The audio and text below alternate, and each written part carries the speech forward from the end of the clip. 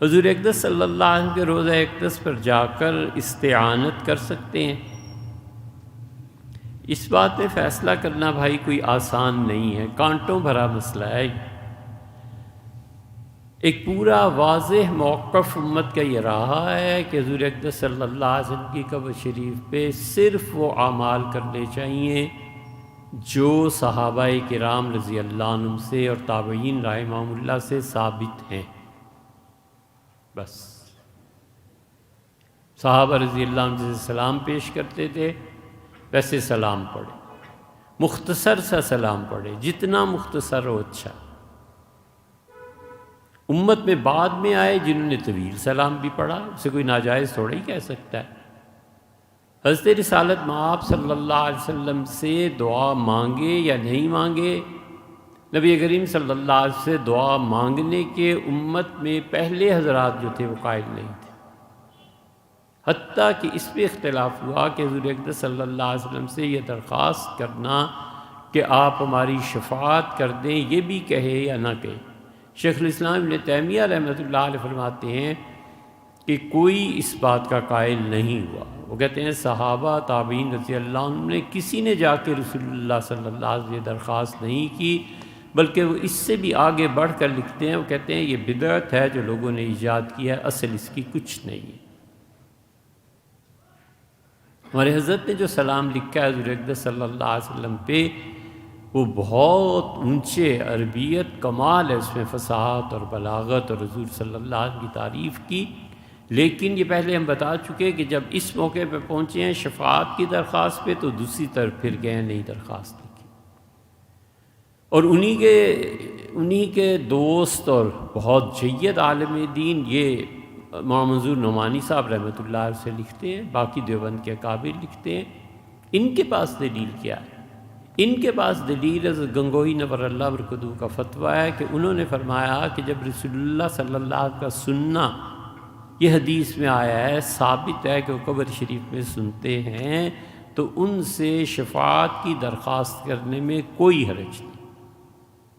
تو ایک وہ ہیں جو کہتے ہیں ابن تیمیہ رحمۃ اللہ علیہ وغیرہ، اور ایک یہ ہیں، تو دونوں مسلک ہیں، دونوں امت میں اس طرف گئے ہیں، یہ بھی ہیں اور وہ بھی ہیں۔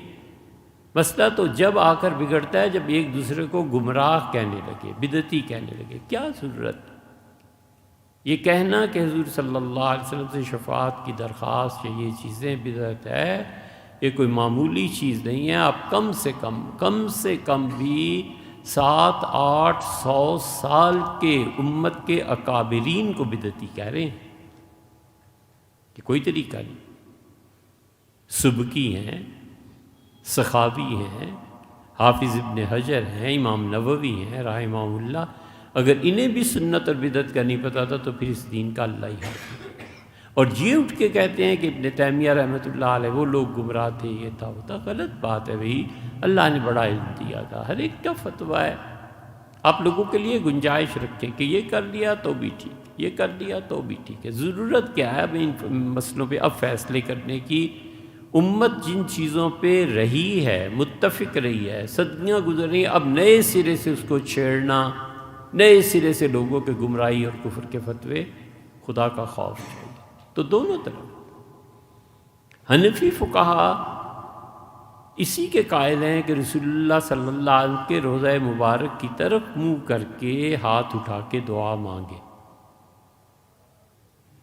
اصلاً حنفی اس کے قائل نہیں ہے کہ سلام کے بعد قبلہ رخ ہو جائے اور پھر دعا مانگے۔ حنفیوں کا اصل مسلک یہ ہے، اس میں اور تو اور ابن حمام رحمۃ اللہ علیہ جیسے آدمی سے تسامح ہو گیا ہے۔ اصل یہی ہے امام ابو حنیفہ رحمۃ اللہ، اور انہوں نے یہ نقل کیا اپنے استاد ایوب سختیانی رحمۃ اللہ علیہ سے۔ تو اس لیے یہ مسئلے کچھ آسان نہیں ہوتے، جس آدمی کا جو مسلک و مشربہ ہے بس عمل کرے، دوسری طرف بھی ہیں اس کا خیال رکھے، یہ نہ کرے کہ دوسروں کو گمراہ قرار دے۔ ادھر تھوڑے لوگ ہیں، یہ ابن قیم اور ابن تیمیہ اور ان کے اسلاف اور یہ سب چیزیں، یہ سعودیز کی جب حکومت آئی تھی وہابیوں کی تو انہوں نے اس پہ سختی شروع کی، بہت شدید سختی تھی، اللہ تعالیٰ جزائے خیر دے۔ یہ پہلا تھا شاہ عبداللہ جس نے اس چیز کو توڑا ہے، اللہ کا شکر ہے وہ ویڈیو بھی آ گئی کہ شاہ عبداللہ جب حاضر ہوئے حضور اقدس صلی اللہ علیہ وسلم کی روضہ مبارک پہ، تو عبداللہ نے دعا مانگی حضور اقدس صلی اللہ علیہ وسلم کی قبر شریف کی طرف ہی منہ کر کے، کہ اس نے توڑا ہے۔